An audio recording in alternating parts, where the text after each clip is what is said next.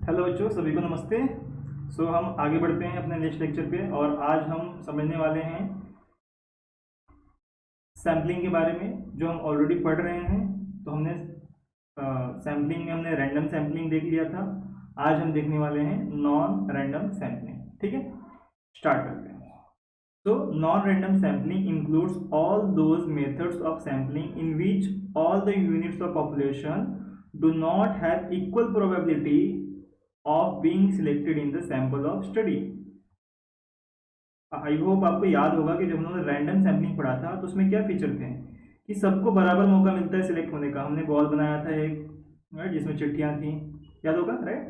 यानी सबको random sampling में सबको बराबर मौका मिलता है। ऐसी सिचुएशन बनाई जाती है जिसमें हर किसी के सिलेक्ट होने का चांस होता है। लेकिन यहाँ पे नॉन रैंडम सैम्पलिंग में क्या हो रहा है, हर किसी के सिलेक्ट होने का चांस नहीं होता। मतलब ऐसी सिचुएशन होती है, ऐसी सिचुएशन बनाई जाती है या होती है जिसमें हर कोई सिलेक्ट नहीं हो सकता। वहाँ पे इन्वेस्टिगेटर भी इन्वॉल्व हो जाता है, यानी इन्वेस्टिगेटर का भी मर्जी शामिल हो जाता है। जैसे instead convenience of the investigator और his personal judgement plays an important role in the selection of the sample. यहाँ पे क्या होता है, इन्वेस्टिगेटर का पर्सनल जजमेंट या उसका कन्वीनियंस, यानी उसको ज़्यादा सही क्या लगता है, ज़्यादा इजी क्या लगता है इन्वेस्टिगेटर को, उस हिसाब से वो सैंपल इकट्ठा करता है। यानी यहाँ पे सभी को, जो भी पॉपुलेशन है, वो सारे पॉपुलेशन को इक्वल अपॉर्चुनिटी नहीं मिलती है, इतना याद रखना है। रैंडम वाले में सबको इक्वल अपॉर्चुनिटी थी सिलेक्ट होने की, नॉन रैंडम में हर किसी को इक्वल अपॉर्चुनिटी नहीं है सिलेक्ट होने की। ठीक है, तो some of well known methods of random sampling as under. तो यहाँ पे हम लोग कुछ 5 मेथड पढ़ने वाले हैं, राइट, 5 या 6।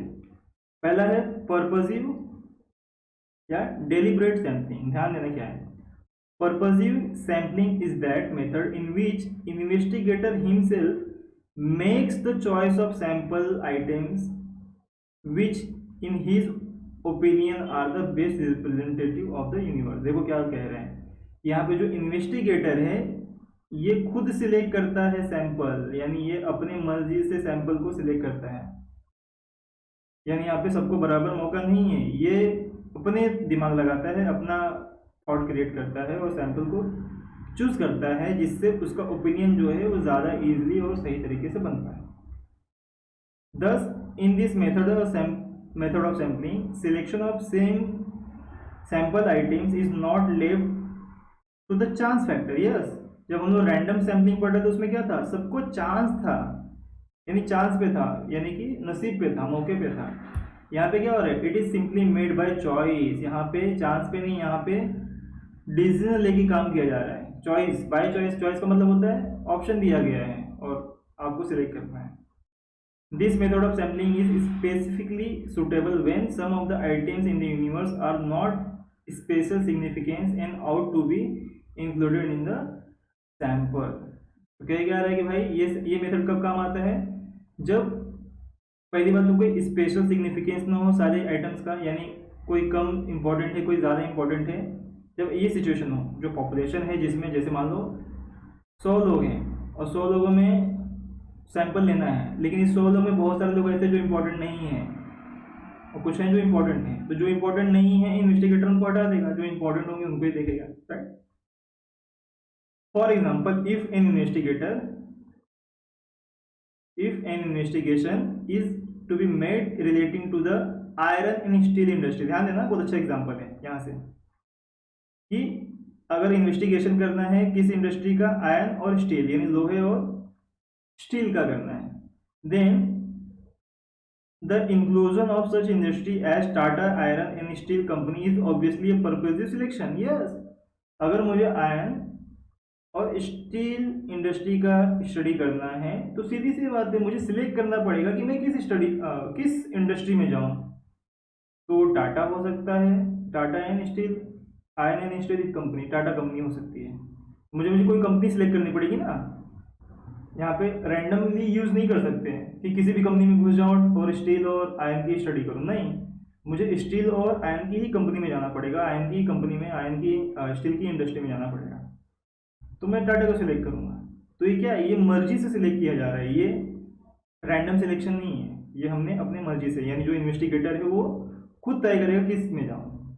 ठीक है, However, there is a considerable possibility of personal bias in purposive sampling. As a result, it loses its credibility.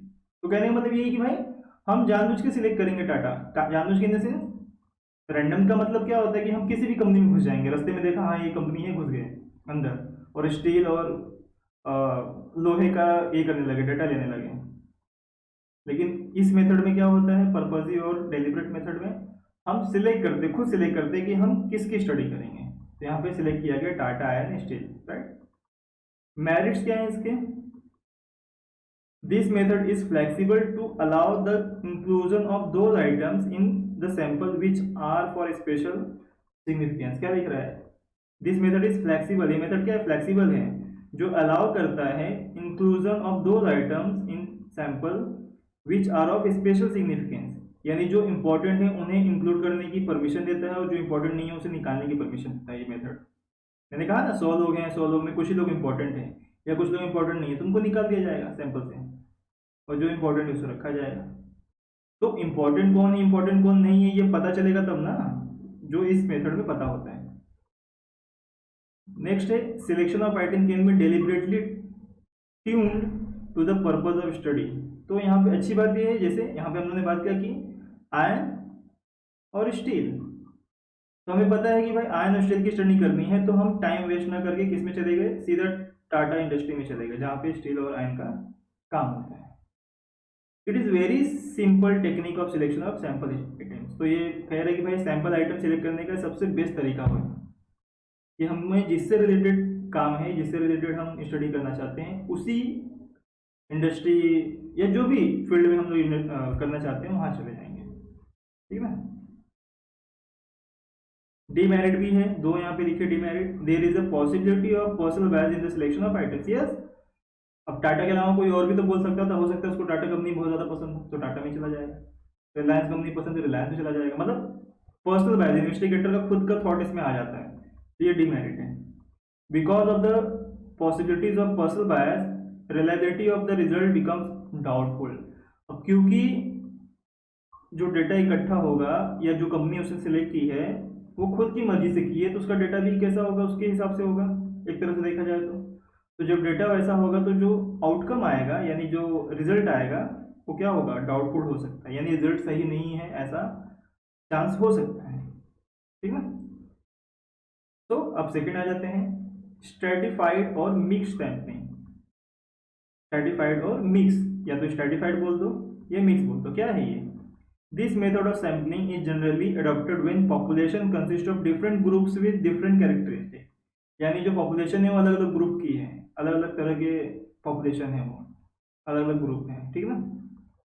तो ये मेथड इस्तेमाल किया जाता है। According to this method of sampling, population is divided into different strata having different characteristics, and some of the items are selected from each strata so that the entire population get represented।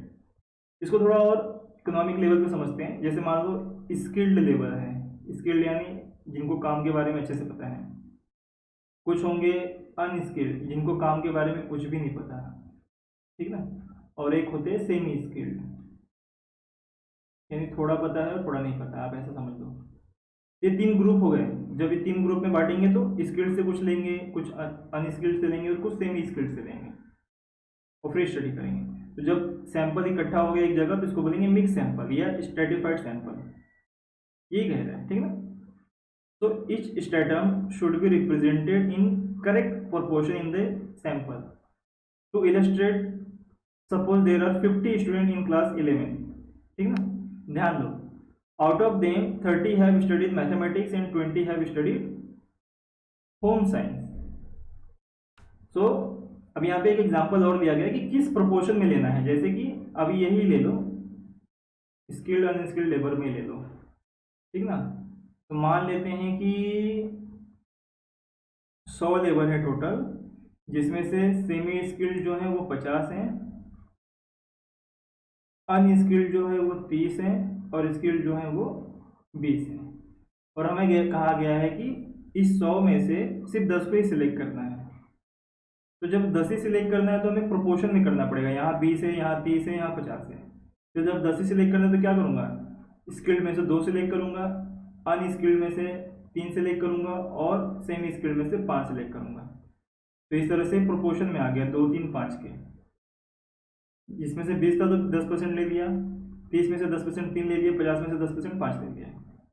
ये proportion में आ गया, right. वैसे यहाँ पे example लिया कि एक class में 50 बच्चे हैं, 30 जो है वो मैथमेटिक्स स्टडी करते हैं या स्टडी कर रहे हैं या कर चुके हैं, या और 20 जो हैं वो होम साइंस कर चुके हैं 10वीं क्लास में।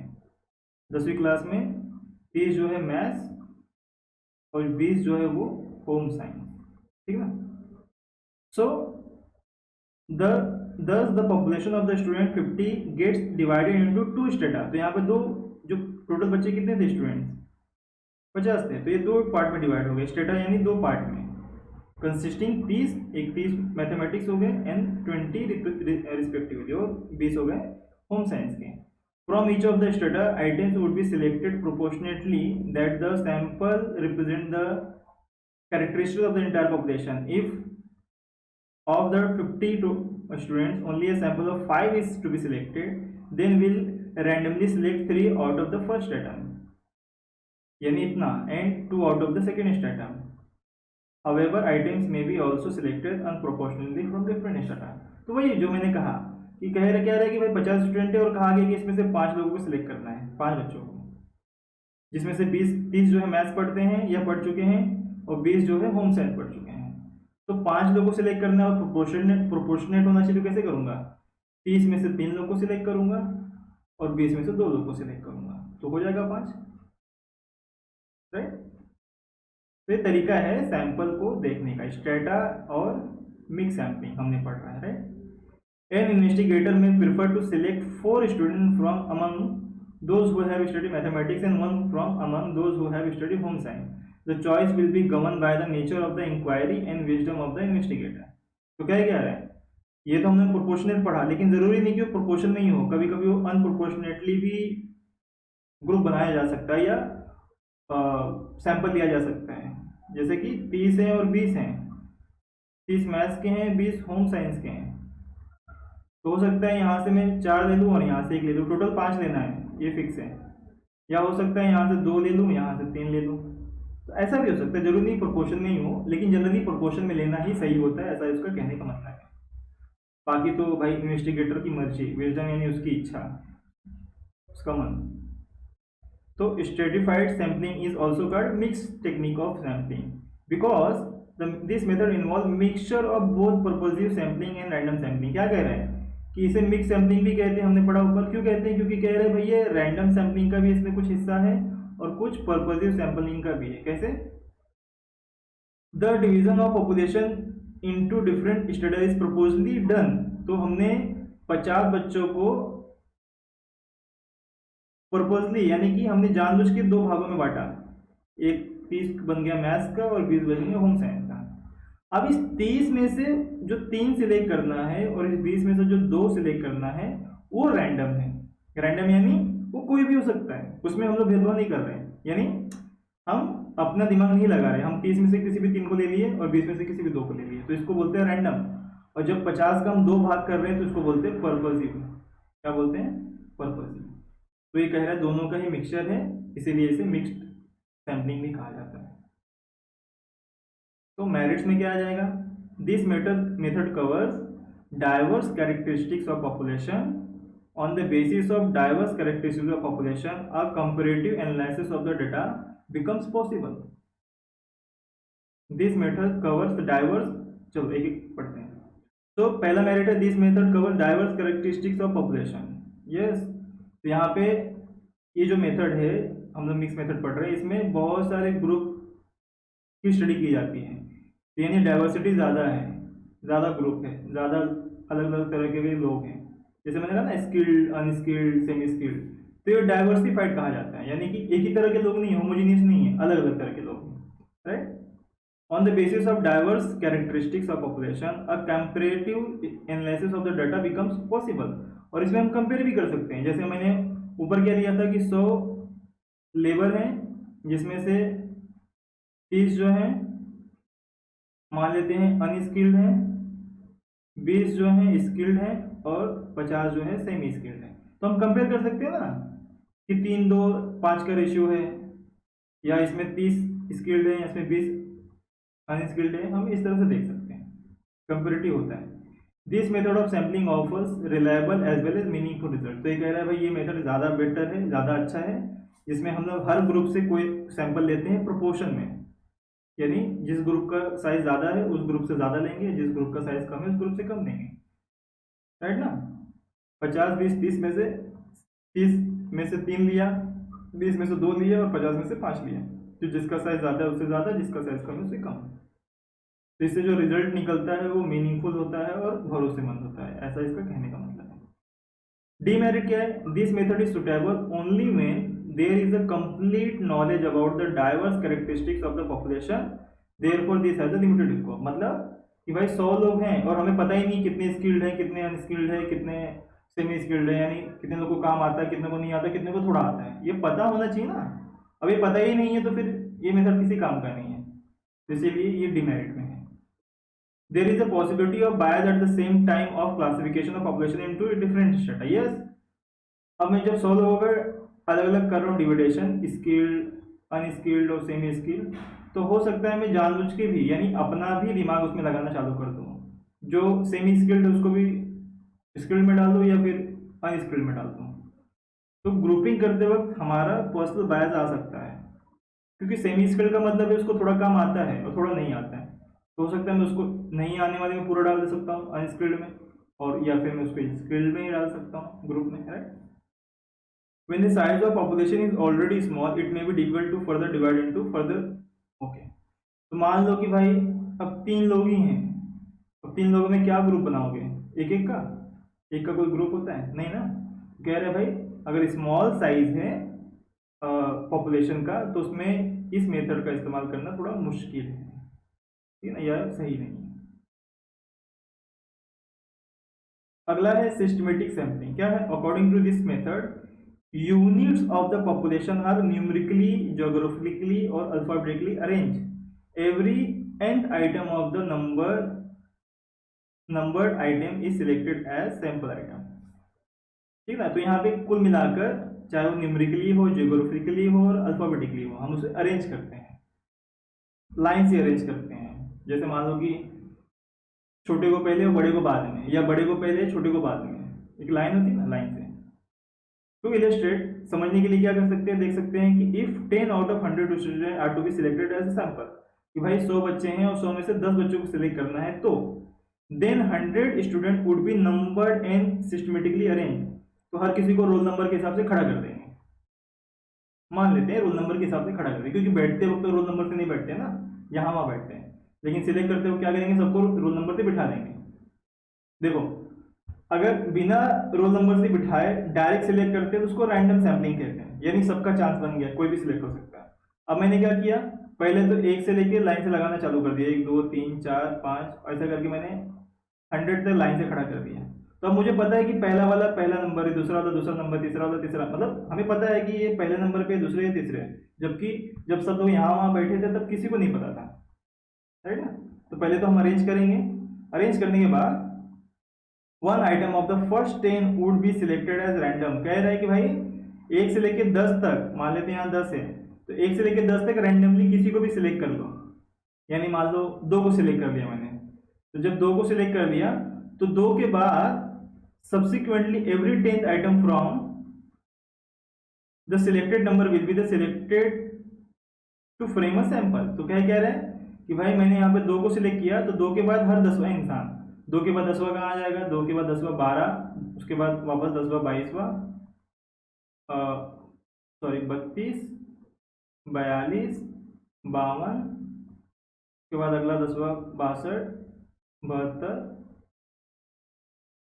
82 92। देखोगे तो 1 2 3 4 5 6 7 8 9 10, यानी पहले 10 नंबर में रैंडम सिलेक्ट करना है, उसके बाद उसमें 10 10 10 10 जोड़ते जाना है। मान लेते हैं कि 4 सिलेक्ट किया होता, तो 4 जब सिलेक्ट करता तो पहला तो 4 बन जाता, अब 10वां, 4 के बाद 10वां कौन सा आता, 14 24 34 44 54 64 74 84 और 94, इस तरह से 10 लोग सिलेक्ट हो जाते हैं। तो पहले 10 लोगों को रैंडमली सिलेक्ट कर रहे हैं, यानी कोई भी सिलेक्ट कर लिया, और बाकी के जो हैं उसको पर्पजिवली सिलेक्ट हो रहा है ना, यानी कि पहले वाला रैंडम हो गया है और बाकी जैसे 4 रैंडम हो गया, लेकिन बाकी जो है वो जानबूझ के सिलेक्ट किया गया है, 10वां इंसान 10वां इंसान 10वां इंसान, राइट। यहाँ पे देखो एक एग्जाम्पल दिया है, थोड़ा अच्छा है example.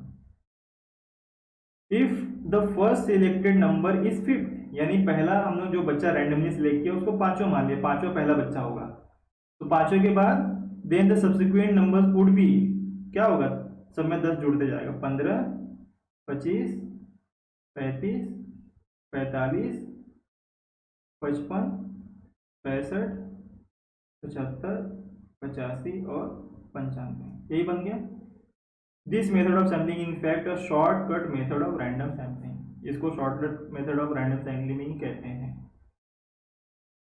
So this is a very simple method, कह रहा है कि भाई बहुत सिंपल मेथड है, simple sample is easily determined, और बहुत आसानी से, देखो हम लोगों ने सैंपल बहुत आसानी से सिलेक्ट किया, बस पहला अंक हम लोगों ने रैंडमली सिलेक्ट किया, उसके बाद हमने बहुत आसानी से 10 जोड़ते चले गए और सिलेक्ट कर लिया, राइट ना।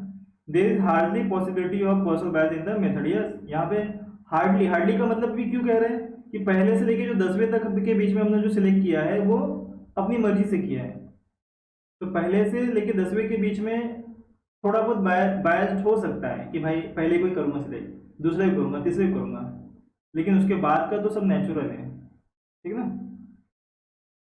डिमेरिट क्या है, every item in the population does not get equal chance of being selected because only the first item is selected on the basis of random sampling, yes।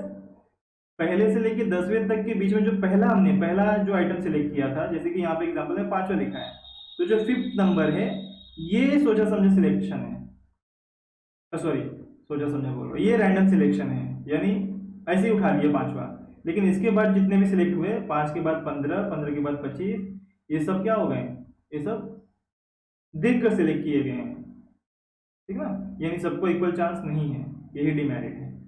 If all the items in the population are homogeneous this method sampling serves no specific purpose, तो कह रहा है भाई अगर सारा ही population homogeneous यानी एक जैसा पॉपुलेशन है तो यहाँ पे इस मेथड का काम नहीं कुछ भी, ठीक है।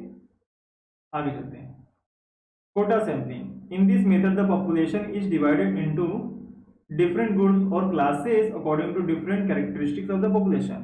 तो कह रहा है भाई कोई पॉपुलेशन साइज है तो अलग अलग ग्रुप्स और क्लासेस में डिवाइड होंगी पहले से, ये की जाएंगी। Some percentage of different groups in total is fixed, further of some quota of the items are to be selected as sample is fixed for each group। The investigator selects the number of items from each group of frame of sample।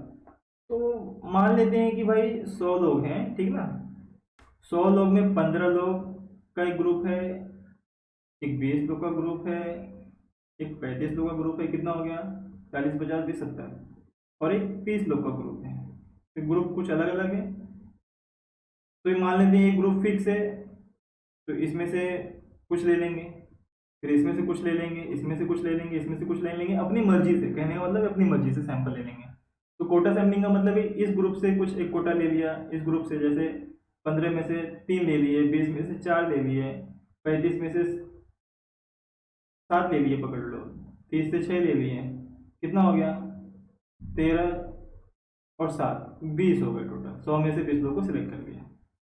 This method of sampling is not very expensive, but there is a high possibility of personal bias at the time of selection of the items by the investigator। Accordingly, the reliability of the result become questionable। कह रहे भाई ये तो ज़्यादा खर्चीला तो नहीं होता, लेकिन कोटा सैम्पलिंग में क्या होता है, पर्सनल बायस आ सकता है। यस, 15 लोगों में से मैं 3 को सिलेक्ट कर रहा हूँ तो मेरा पर्सनल बायस आ सकता है कि भाई ये 3 सिलेक्ट करूँ कि 4 सिलेक्ट करूँ कि 5 सिलेक्ट करूँ, कुछ भी हो सकता है, ये फिक्स नहीं है। और जब नंबर फिक्स नहीं है तो फिर जो उसका रिजल्ट निकलेगा वो भी खराब निकलेगा। जैसे कि मान लो 15 में से एक ही सिलेक्ट करता हूँ और 20 में से 10 लोग को सिलेक्ट कर देता हूँ, तो ये पर्सनल बायस में आ गया, यानी मैं 15 में से एक ही क्यों सिलेक्ट किया और 20 में से 10 क्यों, 20 का आधा ले लिया, 15 का एक ही लिया हूँ, तो ये पर्सनल बायस आ सकता है, ठीक है ना।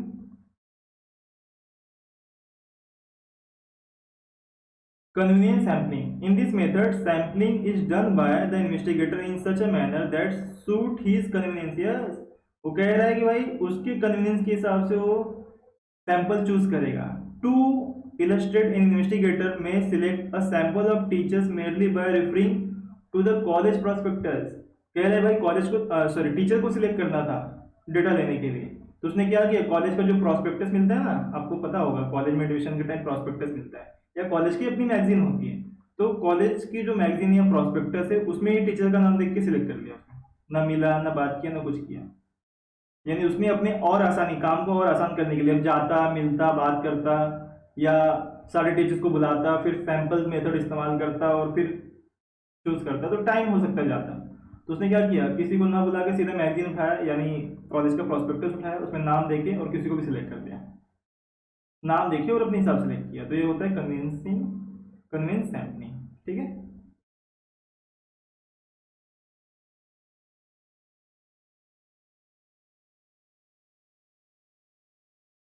ओके सो अगला लेक्चर नेक्स्ट वीडियो में करते हैं, राइट.